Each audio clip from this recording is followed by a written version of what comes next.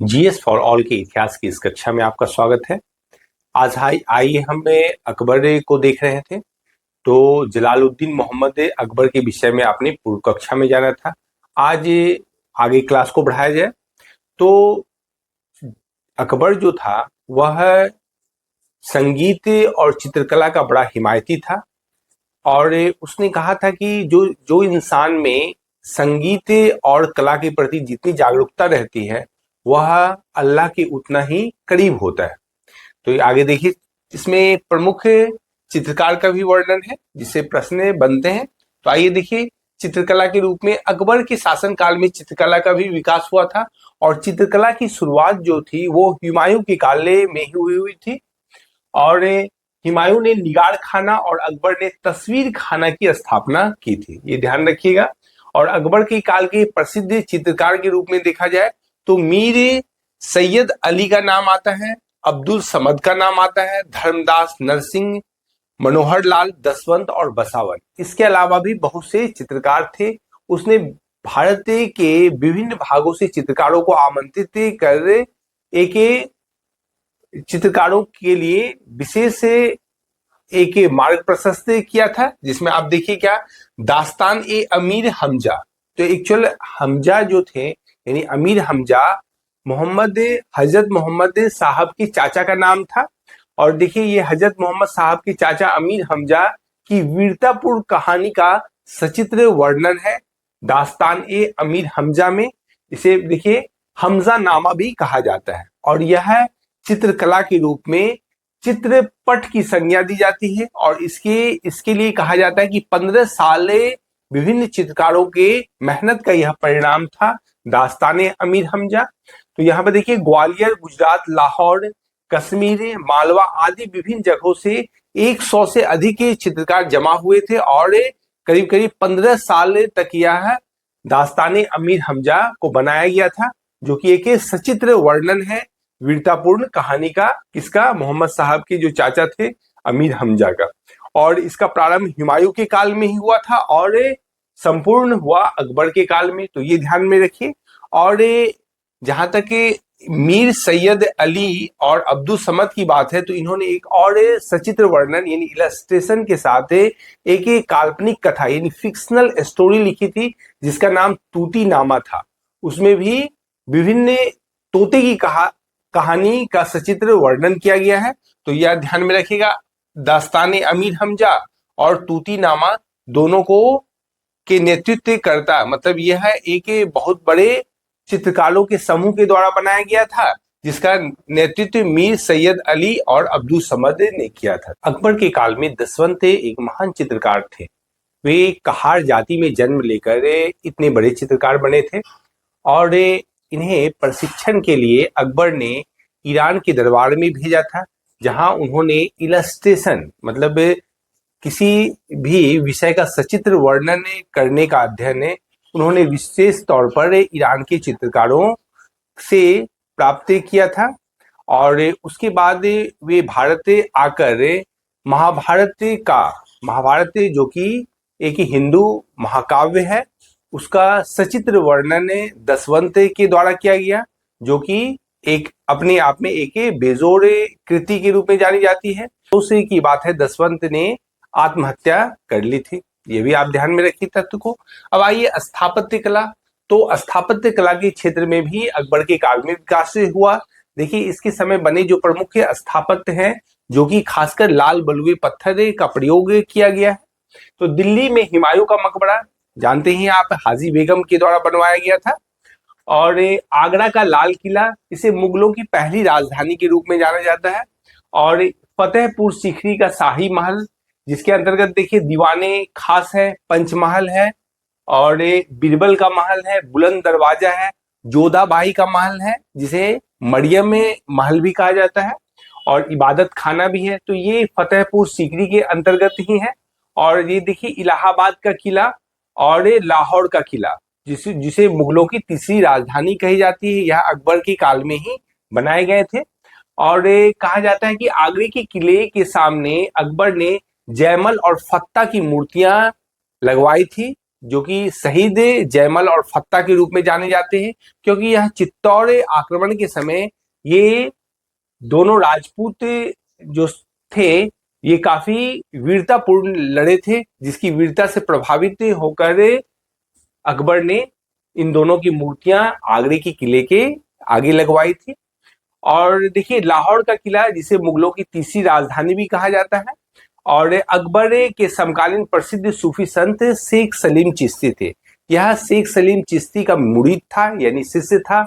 और देखिएगा आप यदि फतेहपुर सीकरी जाते हैं तो वहां के आधे परिसर के करीब करीब शेख सलीम चिश्ती का मकबरा है। और उसी के बगल में आप देखिएगा यह फतेहपुर सीकरी का शाही महल, जिसके अंतर्गत दीवाने खास पंचमहल, बीरबल का महल, बुलंद दरवाजा, ये सब देखने को मिलता है। और शेख सलीम चिश्ती से प्रभावित होकर अकबर ने अपने पुत्र का नाम, जो कि आगे चल के जहांगीर के रूप में प्रसिद्ध हुआ, सलीम रखा। के काल में प्रशासनिक व्यवस्था के रूप में मनसबदारी प्रथा प्रचलित थी। पहले हम मनसबदारी प्रथा को समझते हैं। यह एक प्रकार से किसी भी अधिकारी के लिए अगर मनसब का बंटवारा होता है तो उसमें इसके रैंक को देखा जाता है, स्टेटस को देखा जाता है, यानी ओहदा, और इसकी सैलरी भी इसमें निर्धारित होती है, यानी वेतन कितना है, और इसके अंतर्गत मिलिट्री रिस्पॉन्सिबिलिटी भी, यानी सैनिक जवाबदेही उस व्यक्ति का क्या है, यह भी पता चलता है। तो मनसबदारी प्रथा अकबर के शासनकाल की प्रमुख विशेषता थी, इसको आप ध्यान में रखना है। और यहाँ पे देखिए एक जो जात होता था और एक सवार होता था, यानी एक दोहरे रैंक की व्यवस्था थी, जिसमें एक जात और दूसरा सवार होता था। मतलब एक जात के पास 2 घुड़सवार होते थे। मतलब अगर 10 मनसब है, अगर किसी व्यक्ति को 10 मनसब मिला तो इसका मतलब हो गया उसके पास से 20 घुड़सवार है। तो ये आप ध्यान में रखिएगा। और अगर देखा जाए तो यह पद वंशानुगत नहीं था अकबर के काल में, लेकिन ये आगे चलकर औरंगजेब ने इसे वंशानुगत कर दिया। तो कहा जाता है कि सबसे अधिक मनसब अगर बटा था तो सबसे ज्यादा औरंगजेब के काल में मनसब बटा था। अकबर के काल में मनसबदारों की संख्या देखा जाए तो 29 था, जबकि औरंगजेब के काल में सर्वाधिक हुआ, जिसको कहा जाता है कि 89 तक मनसबदार हो गए थे।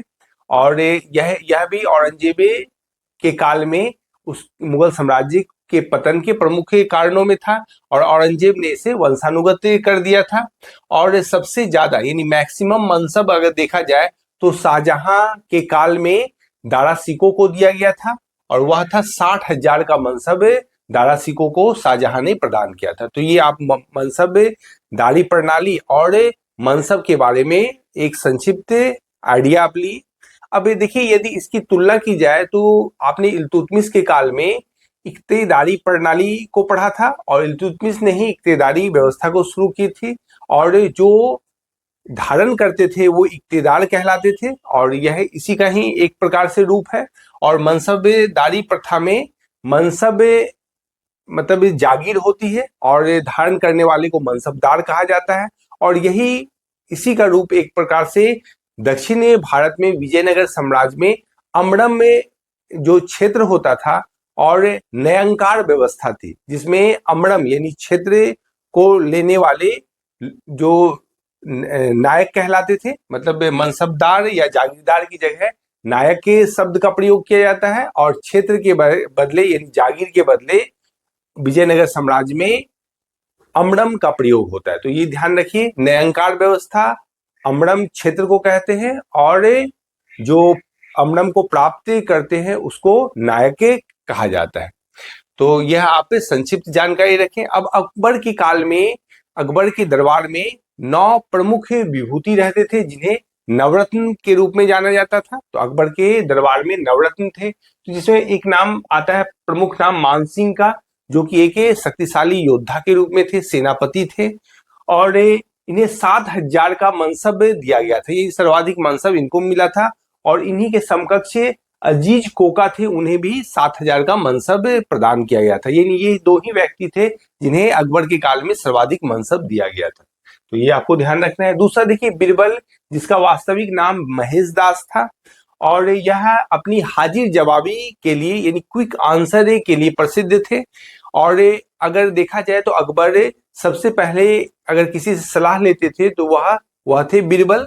और यूसुफ जाई के विद्रोह को दबाने के उपरांत बीरबल की हत्या हो गई थी। मतलब यूसुफ जाई के विद्रोह को दबाने के लिए उन्हें भेजा गया था और अकबर ने इन्हें यानी बीरबल को राजा और कवि प्रिय की उपाधि प्रदान की थी। तो ये भी आप ध्यान रखना है आपको। अब देखिए तीसरा तानसेन, जिसके विषय में आप पढ़ चुके हैं, और इनका वास्तविक नाम रामतनु पांडे है और इनके जो गुरु थे हरिदास से, जिनकी समाधि वृंदावन में है, ये भी आप ध्यान में रखिए। और देखिए अगला जो है नवरत्न, तो वो टोडरमल है जो दीवान या दीवाने आला कहलाते थे और यह फिनांस के एक्सपर्ट थे, यानी वित्त विभाग के प्रधान के रूप में राजा टोडरमल का अपना योगदान था। देखिए वित्त विभाग के प्रमुख थे और इन्होंने जमीन की पैमाइश यानी नापी करवाई थी और जमीन के उपज के आधार पर लगान यानी कर का निर्धारण करवाया था। तो इस व्यवस्था को दहसाला व्यवस्था, जब्ती प्रणाली या टोडरमल बंदोबस्ता के रूप में भी जानते हैं।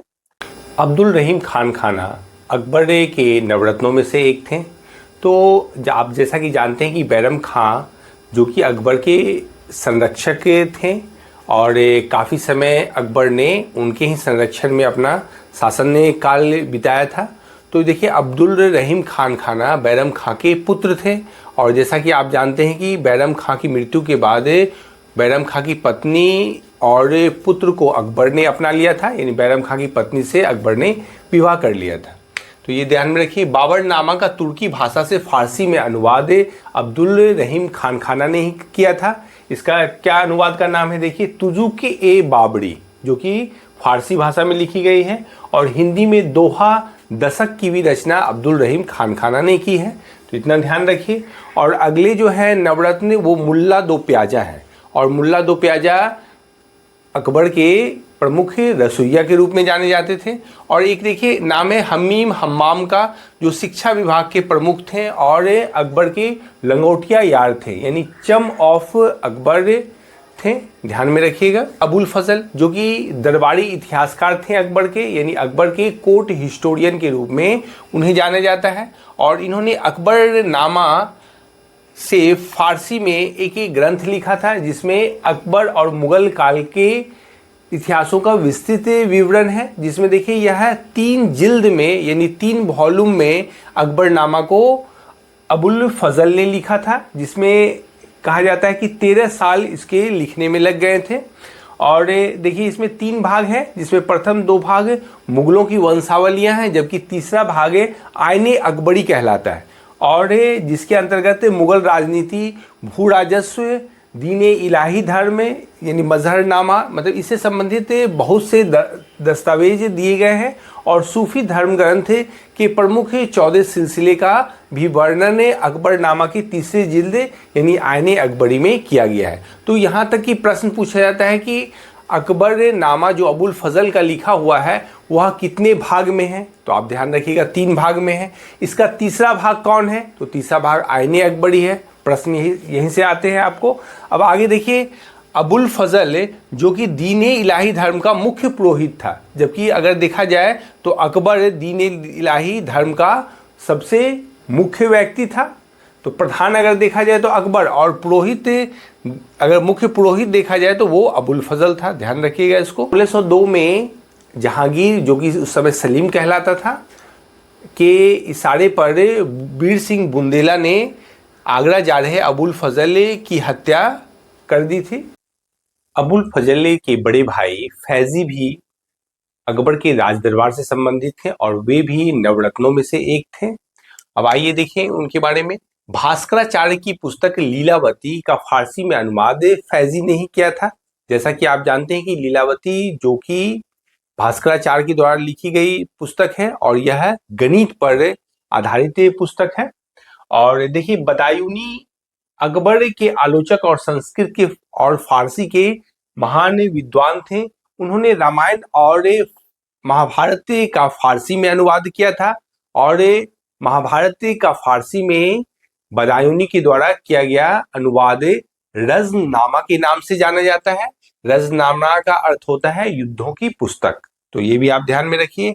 अकबर के शासनकाल में सूरदास, तुलसीदास और रसखान जैसे विद्वान थे। तो ये ध्यान में आपको रखना है, इससे दरबार से संबंधित नहीं थे, लेकिन बल्कि अकबर के शासन ने काल में सूरदास, तुलसीदास और रसखान प्रसिद्ध थे। और देखिए कुछ पंचतंत्र से संबंधित अनुदित अरबी फारसी के ग्रंथ हैं, उसको भी आप जान लीजिए। अनवर ए सादत जो पंचतंत्र का ही फारसी में अनुवाद है, वह अबुल फजल के द्वारा किया गया है। और एक और है यार ए दानिश, जो कि फारसी में ही पंचतंत्र का अनुवाद है, वह मौलाना हुसैन फैज के द्वारा किया गया है। और पंचतंत्र का अरबी का अनुवाद कलीलाबाद दिमना कहलाता है। तो ये तथ्य ध्यान में रखिए। फैजी ने गणित की पुस्तक लीलावती का फारसी में अनुवाद किया। इसी प्रकार फैजी ने नल दमयंती यानी सूरदास की रचना है, उसका भी फारसी में अनुवाद सहेली नामक के पुस्तक के रूप में किया था। तो याद रखिए सहेली जो है नल दमयंती यानी सूरदास की रचना का फारसी में अनुवाद है, जो कि फैजी के द्वारा ही किया गया था। और हाजी इब्राहिम सरहिंदी ने अथर्ववेद का फारसी अनुवाद किया। मुल्ला शाह मोहम्मद ने राज तरंगनी, जो कि कलहन की रचना है और कश्मीर के इतिहास को बताती है, उसका फारसी में अनुवाद किया था। टोडर मल ने भागवत पुराण का फारसी में अनुवाद किया। और अब्दुल कादिर बदायूनी ने सिंहासन बत्तीसी का भी अनुवाद किया। रामायण और महाभारत खासकर रज़्मनामा के नाम से अब्दुल कादिर बदायूनी ने फारसी में अनुवाद किया था। तो ये जितने भी अनुवाद किए गए, ये अकबर के द्वारा अनुवाद विभाग की स्थापना की गई और उसी के अंतर्गत फारसी में विभिन्न भारतीय ग्रंथ का अनुवाद किया जा रहा है। अब देखिए तजक या तुजुक का फारसी अनुवाद जहान ए जफर के नाम से मोहम्मद खां गुजराती के द्वारा किया गया। और निजामुद्दीन पानीपत ने योग वशिष्ठ, जो कि रामायण के ही एक परिशिष्ट मतलब एक रामायण का ही भाग है, उसका फारसी में अनुवाद किया था। और अकबर ने बीरबल को कवि प्रिय और नरहरि को महापात्र की उपाधि प्रदान की थी। जैसा कि आप जानते हैं कि चारबाग का वर्णन बाबर ने अपने बाबरनामा में किया था और आगरा में चारबाग का निर्माण भी करवाया था। लेकिन चारबाग का निर्माण करना प्रारंभ करवाने का श्रेय अकबर को जाता है, ध्यान रखिएगा। बुलंद दरवाजे का निर्माण अकबर ने गुजरात विजय के उपलक्ष्य में किया था, यानी 1571 ईस्वी में। और अकबर ने सीरी कलम की उपाधि अब्दुल समद को प्रदान की थी, जबकि देखा जाए जड़ी कलम की उपाधि मोहम्मद हुसैन कश्मीरी को प्रदान की थी। अकबर ने असीरगढ़ के किले पर जीत हासिल करने की स्मृति में अपने सिक्के पर बाज की आकृति का अंकन करवाया था। और अकबर नक्काड़ा या नगाड़ा जैसे वाद्य यंत्र को बजाया करता था, तो यानी वह संगीत का भी शौकीन था। और कहा जाता है कि वह इश्कबाजी भी करता था, मतलब वह पिजन प्लेइंग यानी कबूतरबाजी को इश्कबाजी कहा जाता था। तो यह कबूतर की लड़ाई जो होती थी वह देखने का शौकीन था, यानी इश्कबाज था। और मुगलों की राजकीय भाषा फारसी थी, यह भी तथ्य ध्यान में रखिए। और मुगलों में सिक्के को सुव्यवस्थित करने का श्रेय अकबर को ही दिया जाता है। और इसने देखिए सिक्कों पर कलमे की जगह है अल्लाहू अकबर या जिल्ले जलालहू जैसे शब्द लिखवाए थे। और दूसरी ओर जहां के टकसाल से यह सिक्के जारी होते थे उसका नाम अंकित करवाया था। और इसने मुद्रा व्यवस्था में देखा जाए तो एक चांदी का सिक्का चलाया था, जिसके एक भाग पर धनुर्धारी राम का और दूसरे भाग पर राम सीता की प्रतिमा अंकित थी और उसके ऊपर राम शिष्य शब्द लिखवाया था। और अकबर की मृत्यु 16 अक्टूबर 1605 ईस्वी में विसूचिका यानी डिसेंट्री या कह सकते हैं अतिसार के कारण हो गई थी। और अकबर को आगरा के किनारे सिकंदरा नामक स्थान पर दफनाया गया। तो आगरे के बगल में सिकंदरा स्थित है, वहीं इसका मकबरा या मौसोलियम है, जिसे आप देख सकते हैं। तो अकबर के विभिन्न समय के घटनाओं को आपने देखा, अकबर के काल के स्थापत्य कला और साहित्य को भी आपने देखा। इससे एग्जाम में प्रश्न आते हैं, बार बार आप रिवीजन कीजिए। आज के लिए इतना है, फिर हम कल मिलते हैं। धन्यवाद।